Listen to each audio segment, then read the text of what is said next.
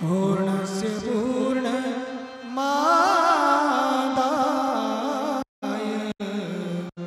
पूर्णमेवावशिष्यते।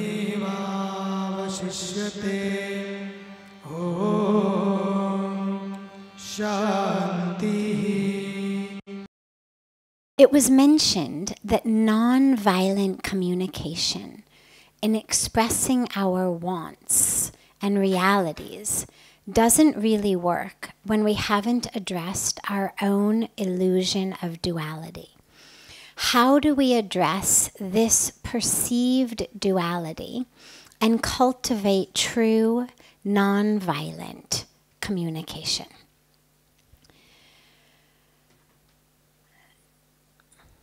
Well, let's take it basic first. The question sounds like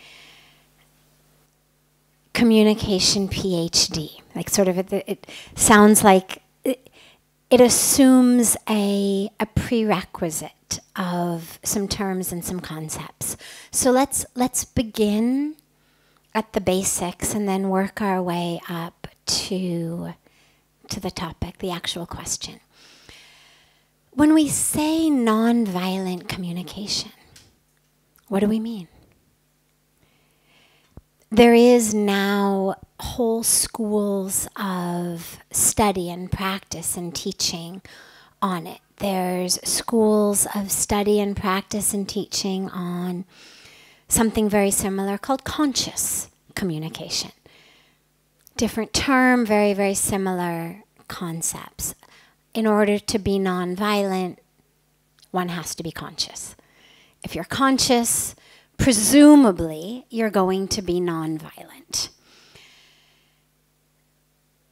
What does it really mean, though? What are we really looking at? And when we speak about a concept of duality, well, that duality is this illusion of separation. The difference between you and me. So backing up another step, in the Indian spiritual tradition, there's really two very general schools. There's hundreds of lineages and schools within this, but two very, very basic schools. One is the school of non-duality, the Advaita Vedanta school that says there is nothing but God. It's not even a matter of one God.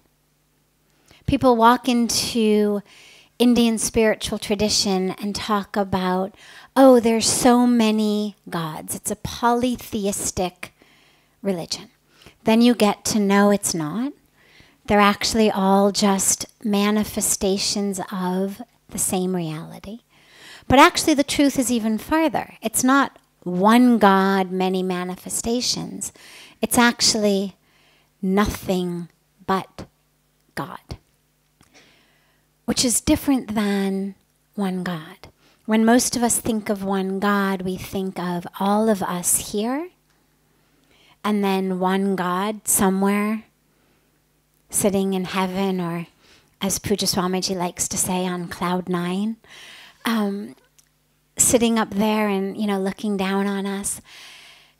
But actually the teaching, the real depth of the teaching is there's nothing but God.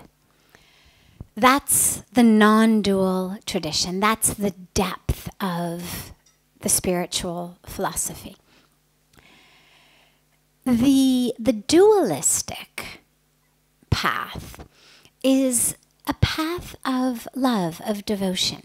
It's a path where you have the beloved, the divine, the lover, us. Now, if you talk to people who are deep on a path of devotion and love, who are hardcore dualists, what you really find is they know it's all God. It's not that they actually believe that they're so separate from God on a core level, but being in love feels so beautiful.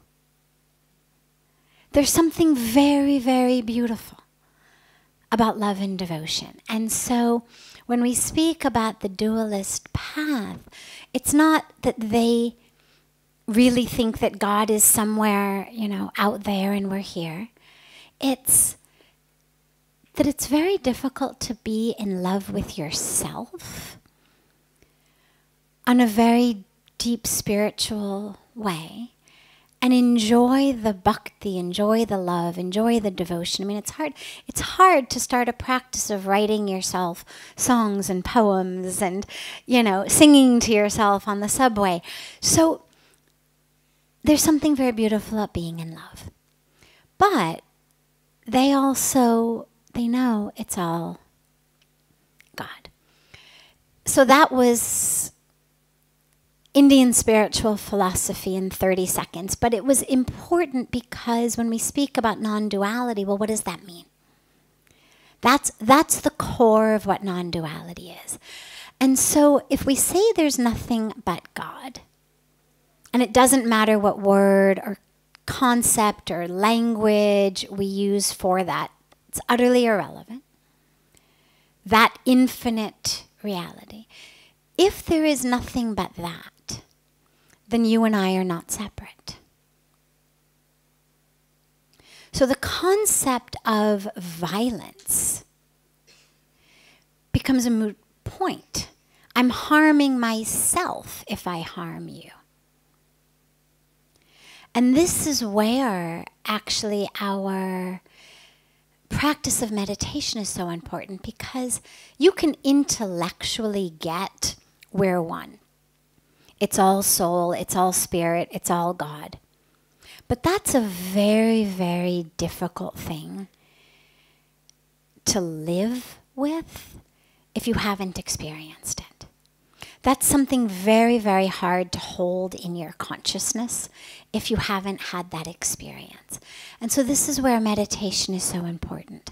But I want to come back to the communication aspect, because long before we get to the ultimate experience of oneness with the universe, we can be nonviolent. We can be conscious in our communication. It's not a matter of, well, only those of you who have really worked through your whole dualistic illusion, only those of you who really can see the self in others are going to be able to communicate in a nonviolent and conscious way. And that's just not true. So what I would say from working from the ground up is, in order to have nonviolent communication, we have to ask ourselves, what is the point of this communication? In the Bhagavad Gita, Lord Krishna emphasizes that right speech, dharmic speech, what he calls tapas of speech, has to fulfill 3 criteria. It must be true. It must also be kind and beneficial. And so a lot of times, particularly in the West, it's not nearly as much like this in India, but particularly in the West, we tend to believe that just because something is true, it has to be said. And that's just not true. No pun intended, really. That's according to the teachings of Lord Krishna. I mean, that's not what I grew up with. I grew up with a truth at all costs. If it's true, it must serve the higher good. If it's true, it doesn't matter if it's kind, it doesn't matter if it's beneficial. I wasn't even thinking on those levels. Truth is the highest goal. My favorite personal story on this, which I'll share just to give you a little opportunity to laugh and understand why truth in and of itself isn't always the highest goal. When I was my last year of high school, I was 17. I was in love, and in love with a young man who was a year older than I was, and he had gone off to college. And it was my first love, and when you're 16 or 17, it's soulmates. I mean, there's a power to being in love as a teenager that I don't think ever comes back quite with that surety and that intensity. And my dad and I, now my dad's a divorce attorney, And at that point, so I was 17, he had spent a couple of decades, now he has spent many decades, divorcing people. It's all he does, morning till night. And we're sitting at dinner, and my dad says to me, so what's going to happen with you and Eric now that he's gone off to college? And I said, well, we're soulmates, of course, so we're going to be together forever with the surety that you only have when you're 16 or 17. And I said, but we're going to have an open relationship. And my dad said, oh, tell me about that. And I said, well, we're going to stay together forever, but we're each going to date other people, and then we're going to tell each other about it. So my dad said, and you have to just know my dad, who was just the epitome. I mean, for a man who has never meditated, he embodies what people spend decades meditating to get to. So my dad says, so let me get this straight. He says, you're going to date other people, then you're going to tell each other about it, and you're going to stay together forever. And I said, yeah, of course. And my dad said, in really what to me is just parenting Hall of Fame material, he said, well, that sounds very interesting. I look forward to hearing how that works out for you. Needless to say, it didn't work out quite as well as we had anticipated. But I love that story because in a nutshell, it really is the two camps of truth. It's true, therefore it must be spoken. And therefore speaking it is in the highest service of life and the spiritual teachings of the Bhagavad Gita, which is, okay, wait, that may be true. Is it kind? Is it beneficial? And a lot of times in our communication with people, we say things that we preface with, I know you're not going to want to hear this, but, or I know this is probably going to hurt you, but, or I really hope you're not going to be hurt by what I'm going to say because I have to tell you because it's true, but. And any time you begin a sentence like that, you really need to ask yourself, what is the point of this communication? Why do we have communication? I mean, if you were God, why would you invent communication? Why would we be given vocal cords? What does communication do? It serves a purpose. I mean, I cannot imagine that in the act of creation, somehow the divine had this image of us sitting around and just gossiping for hours on end. Oh, I know what they're going to do with those vocal cords. Or there's a purpose to communication. It should solve something.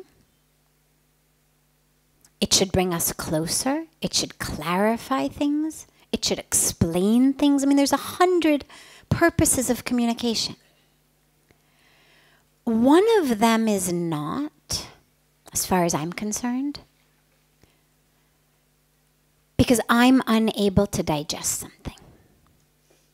And a lot of times we use communication because I would much rather that this mess falls in your lap than I have to keep it in me. And if I can share the mess, if I can, vomit the mess literally all over you, I'm going to feel better. And it's a two-part problem because first of all, it's an illusion that I'm going to feel better. You don't actually solve anything internally simply by dumping it on somebody else. And very rarely is it met with a positive and beneficial response. But a lot of times that's what communication is. You have said something, you have done something, or the universe has said or done something that has made me feel a certain way. Rather than looking inward, my first instinct is to go outward. And this is why the very, very first step of nonviolent and conscious communication is the communication you have with yourself. If I can't be conscious with myself, I cannot be with you. And so that which you said has triggered in me an issue I have, a wound I have, an aspect of the identity through which I'm moving through the world. This happens. Welcome to our day-to-day life. You know, we're just moving through the world, and the next thing you know, you've hurt somebody you didn't mean to.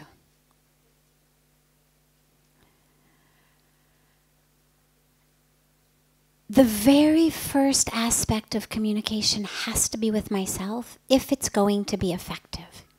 So if I go within and I say, okay, this person said this or did this, or didn't say that or didn't do this, I feel hurt. But before I vomit that on you, before I turn you into the reason that I'm upset, before I make this about what you did, can I ask myself, this is really interesting. This is really interesting. And I highly, highly recommend, from a very personal level and lots of personal experience, the this is really interesting approach to whenever you feel upset and hurt and triggered. If you can go within, even the other person was totally rude, even they were absolutely uncalled for. Lots of people do lots of things that are rude, that are uncalled for. But we don't get hurt by all of them. We're not hurt by everything everyone says that's selfish or rude. We're only hurt by some things that some people do. And that's because of our own karmic package. It's because of our life experience. The wounds we have, the triggers we have, the complexes we have, the identities we have. And so when we get triggered, the very first important aspect of communication is, that's really interesting. Why am I so triggered? And so if you're going to take that communication to another person, what I would say the nonviolent communication would look like, and of course it can't be a cookie cutter because there's an infinite number of possibilities of situations, but it would look something like, first of all, is this a good time to share something with you? It's always important to ask. People have their own lives, their own karmic packages, their own triggers. So it's always important. Is this a good time to share? And then if it is, you know, something really interesting happened today. You said this, or you did this, or that other person said this, or that other person did this.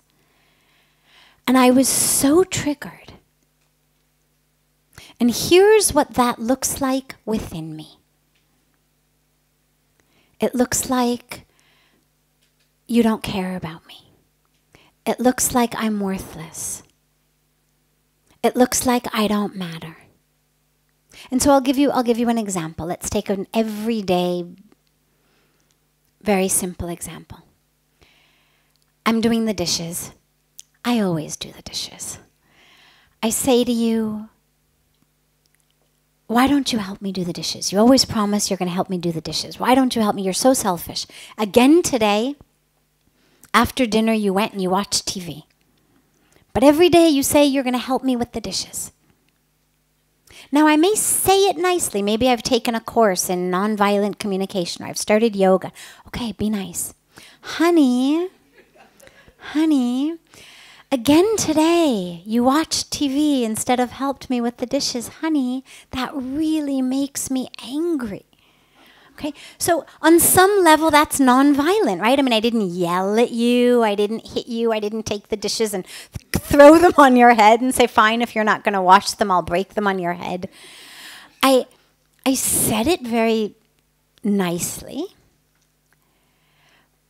but I wouldn't give that the stamp of nonviolent conscious communication, because it's still about what you've done or haven't done being the reason I'm angry. And that's just not true. It's triggered something, but the anger's within me. Because lots of people don't do dishes. Doesn't make me angry. Lots of people live in homes where other people don't do the dishes. It doesn't make them angry. There's some things we know. You take a knife, you cut me, I'm going to bleed. Cut you, you're going to bleed. Cut you, you're going to bleed. This is the law of nature. But me being angry because the person I live with or cooked for or brought dinner for doesn't help me clean dishes is not a law of nature. It's triggered something in me. So the first thing I would do is I would say, okay, this is really interesting. Why am I fuming? Why am I fuming? Here I am doing the dishes. Why am I so angry that I'm not even able to digest this wonderful dinner I just had? Why is my face red? Water's cold, my hands are hot. Why am I so upset? Such that by the time you go to that person, you're able to say, you know, here's something really interesting. When you don't help me do the dishes, it makes me feel like I don't matter to you. Like you don't care. And you know, that's a really deep trigger for me, because when I was growing up in my family, my brother, who was older and he was the boy, he got all the privileges, he got taken everywhere. I was sort of an afterthought. And so, you know, I've kind of moved through the last 20 or 30 or 50 years of my life working with this feeling of being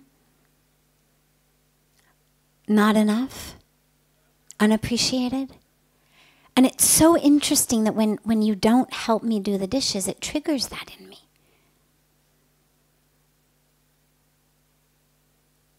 And since I'm still working to overcome it, I'm not quite there yet. It would be so wonderful if you wouldn't mind helping me, because to have to relive this every night in my mind, I know that that's not why you don't help me. I know you love me. But nonetheless, because of the karmic package I've moved into this situation with, simply having to do the dishes alone stirs up all that in me. I would call that nonviolent and conscious communication. And you then have to be prepared that when the other person says, wow, thanks for sharing. You know, I'm never going to help you do the dishes, but I would love to help you work through this. Can we talk? And here's why I'm not going to help you do the dishes. And here's my story. Or right after dinner, you know, it's my favorite show and here's why it's so important to me. And if you did the dishes, if you wouldn't mind leaving them in the sink for an hour, I'd be happy to help you an hour later. But whatever it is, you then have to say, are you prepared? Because nonviolent communication is also two-directional. it's not just that which I say is nonviolent. So I say it lovingly, then you say, well, you know, I really can't help because it's my TV show. I knew it, you hate me. No, right? So the receiving end is also nonviolent. The receiving end is also conscious. Just as I've been triggered, just as I've had an emotional reaction, well, so the other person is entitled to have one. And so nonviolent communication, I think, is rooted in, that's interesting. So it's with myself. And then it's rooted in an awareness that every single person has their own karmic package, is moving through the world with it. And just as I want people to dance according to the tune of my karmic package, I want what I want, when I want it, how I want it, or else. Well, everybody wants that. And obviously we can't do that for each other, which means that we're going to keep being triggered and we're going to keep having reactions. And it's okay. It's part of human life and existence and relationships. It's what keeps marriage counselors and divorce lawyers in business. But the communication we have with ourselves is of the most important. And when we stop needing others to be in a certain way, then and only then are we able to actually go into a communication non-violently. Because if I'm expecting something from you, if you have to react in one way, if there's one right answer to what I'm going to say to you,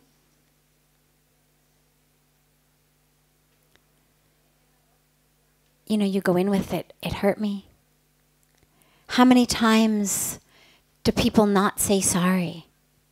They say it 100 other things, but they haven't said, I'm so sorry. And we hold on. It has to be the way I want to hear it. But then, of course, when I say, but you haven't even said I'm sorry, and then they say, oh my God, I'm so sorry. Well, no, now it doesn't count because I told you to say it. Wasn't the right way. So this leads us nowhere. So begin with the self. Recognize that what I feel is my responsibility and no one else's. No one's. There is no one on earth whose job it is or responsibility is or role it is to make me feel a certain way or to speak to me in a certain way. That's my responsibility of how I speak to myself and how I react inside, respond inside, interpret inside, perceive inside how the world has treated